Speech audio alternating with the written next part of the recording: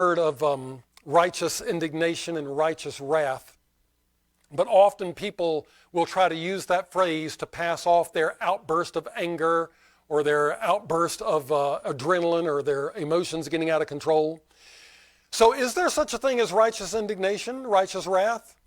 Well, the Bible talks about God getting angry at people. Jesus sure got angry at the money lenders when he overturned their tables. Paul got angry at Peter in Galatians chapter 2 when he rebuked him. And you can see good examples of anger throughout the Bible. In the Psalms, David repeatedly gets angry at God's enemies. Moses was angry at the hardness of Pharaoh's heart. Ephesians 4:26 says, "Be ye angry and sin not, let not the sun go down upon your wrath." So clearly there is a kind of anger that is commanded. But in verse 31 in Ephesians 4, it says, "Let anger be put away from you."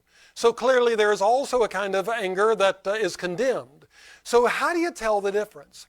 I think there are three things that distinguish righteous anger from the other kind. First of all, righteous wrath is upset over something that is actually an issue of righteousness. It's not upset over personal inconveniences. It's upset over sin against God. Back in the Old Testament, when David and Moses and Jesus and all of those people were getting angry, it was because it was directed at people who were committing sin. You know, Paul didn't chew Peter out because Peter forgot his birthday or cut in front of him in line or broke something. He was mad at Peter because he was sinning against their Gentile brethren and it was hurting the body of Christ. If I'm getting mad at somebody because they forgot to pick something up at the store, or because they accidentally broke something I treasured, or they caused me somehow work or expense or inconvenience, that's not righteous indignation. Truly righteous anger is stirred up when righteousness is violated. Otherwise, it's just carnal impatience. And God says to Jonah here, "Doest thou well to be angry?" Jonah is sulking because his preaching has just rescued a nation from God's wrath, and he's mad about the hardship it's going to cause his own people down the line. And so, no, this is not righteous anger. He does not well to be angry at all.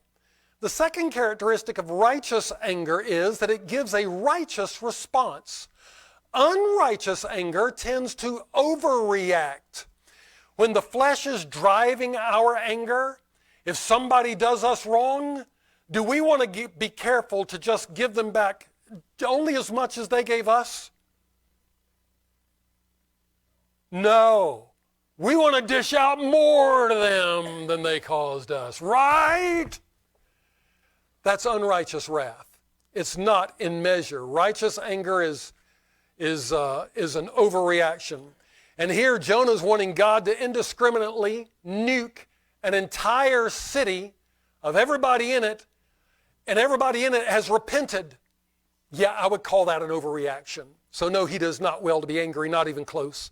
And righteous anger is upset about unrighteousness, and it responds in a righteous way, and it does not hold a grudge. That's the third thing. It does not hold a grudge.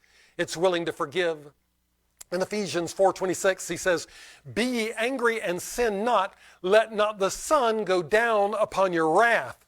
If you carry your anger to bed, then you have been angry and sinned." Jonah is going to hold on to his anger for 40 days sitting outside the city, waiting in hopes that God will still zap them anyhow. So he's going to let his anger go down, the sun go down on his anger 40 times in a row. He's going to go to bed with his anger over and over again. And Jonah's lack of an answer to God's question, "Doest thou well to be angry?" And Jonah doesn't give him any answer. Rather than judging Jonah for his presumption against God, God shows mercy and grace and kindness to Jonah, the very mercy, grace, and kindness that Jonah is so upset about.